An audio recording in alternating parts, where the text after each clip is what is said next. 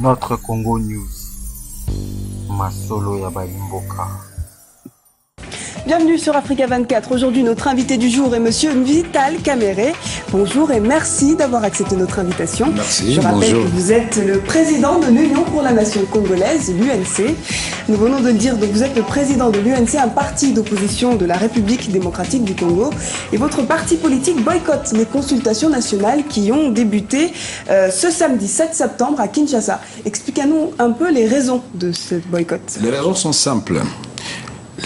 L'ordonnance du président Kabila qui convoque ces concertations viole l'esprit et la lettre de l'accord-cadre d'Addis Abeba et de la résolution 2098 du 27 mars 2013 du Conseil de sécurité.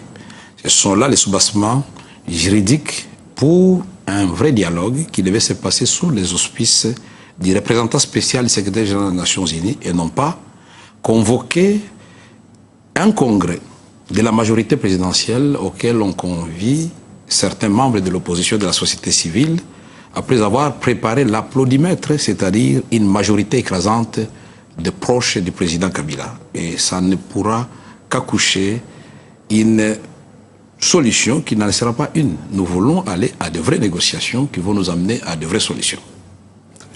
Et concernant en fait le sommet qui vient d'être tenu à Kampala sur la région des Grands Lacs, au menu des discussions, le conflit entre les rebelles du M23 et l'armée de la République démocratique du Congo.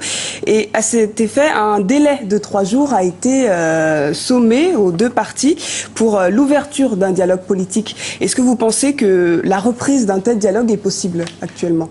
Malheureusement, j'ai dit, ça va reprendre, mais ça crée beaucoup de frustration en interne.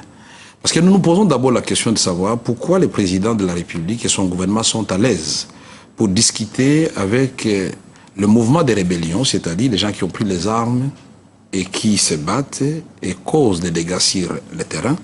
Et le même président de la République et son gouvernement passent leur temps à diaboliser l'opposition politique qui n'a comme seule arme la défense des valeurs républicaines. Nous disons c'est pour parler qu'ils vont reprendre le délai de 3 jours. Nous avons deux processus parallèles. Je ne sais pas à quel moment on va créer un pont entre les deux processus.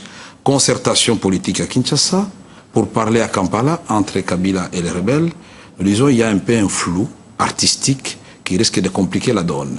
Kampala, on doit mettre fin à Kampala à partir du moment où juridiquement on a signé l'accord cadre d'Addis Abeba. On a voté la résolution du Conseil de sécurité.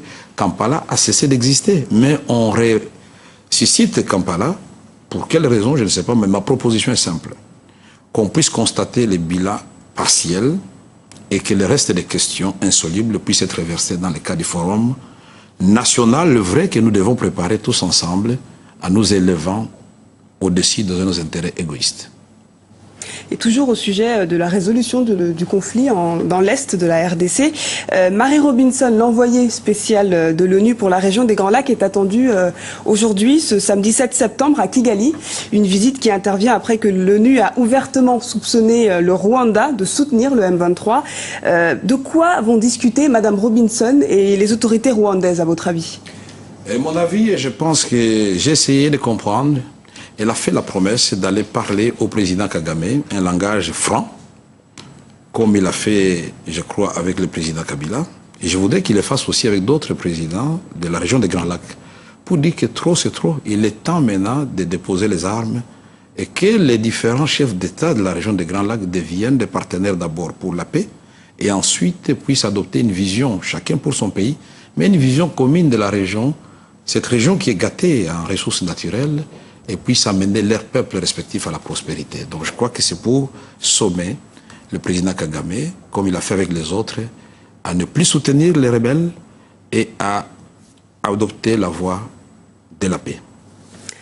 Donc vous êtes le président de l'Union pour la Nation Congolaise. Et qu'est-ce que concrètement votre parti propose pour la résolution de ce conflit?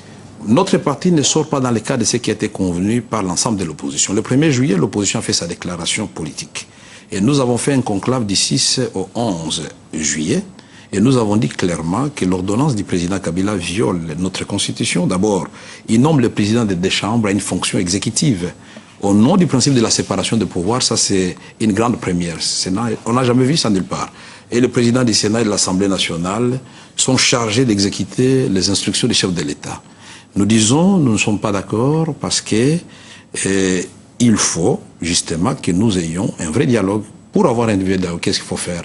Mettre en place un comité mixte paritaire. Opposition politique, société civile, majorité au pouvoir, parce qu'il n'y a pas d'enjeu politique. Si nous voulons parler de l'avenir du Congo, nous n'avons pas besoin pour cela d'avoir une majorité au sein des concertations. Et nous avons proposé aussi qu'on puisse supprimer ce qu'on appelle généralement chez nous le per diem. En fait, c'est une corruption voilée. On paye aux participants de l'argent chaque jour et c'est des sommes colossales. Vous pouvez vous retrouver après une semaine avec 6 000 $. C'est tentant, tout le monde va y aller sans conviction. Et donc, après ces concertations, on va boire du champagne, mais on va retourner à la case de départ. Qu'on supprime ça et qu'il n'y ait pas de partage de pouvoir. Le gouvernement doit être tranquille, l'opposition ne voudrait pas participer à un quelconque gouvernement. Nous voulons que l'opposition exerce son rôle de surveiller l'action du gouvernement et que les élections aient lieu en 2016, que Kabila ne modifie pas la Constitution. C'est son dernier mandat. Monsieur Vital Kamerhe, merci d'avoir répondu à nos questions. Je rappelle que vous êtes le président de l'UNC, l'Union pour la Nation congolaise. Merci pour l'occasion que vous m'avez offerte. Merci à vous. Merci pour votre fidélité. L'information continue sur Africa 24.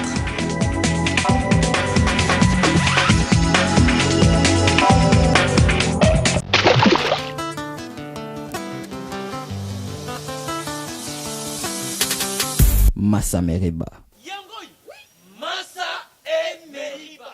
Awa lusala kandengeni. C'est bâti mbongo kuna na 12 heures juste. Briefly, Papa Sundial. Ya soli wana na lubaki na yo. Naja kumeka experience. Tous les jours. Anarunianga. Ba pesi ngai déjà solution. Ya yo mutu uza na Londres kuna. Et puis Angleterre mobimba en plus ba yibisi ngai. Agence bayibi singa ezali Massa et Meriba ya Nono Mumbanza. Tia sikoyo. Papa Sundiata.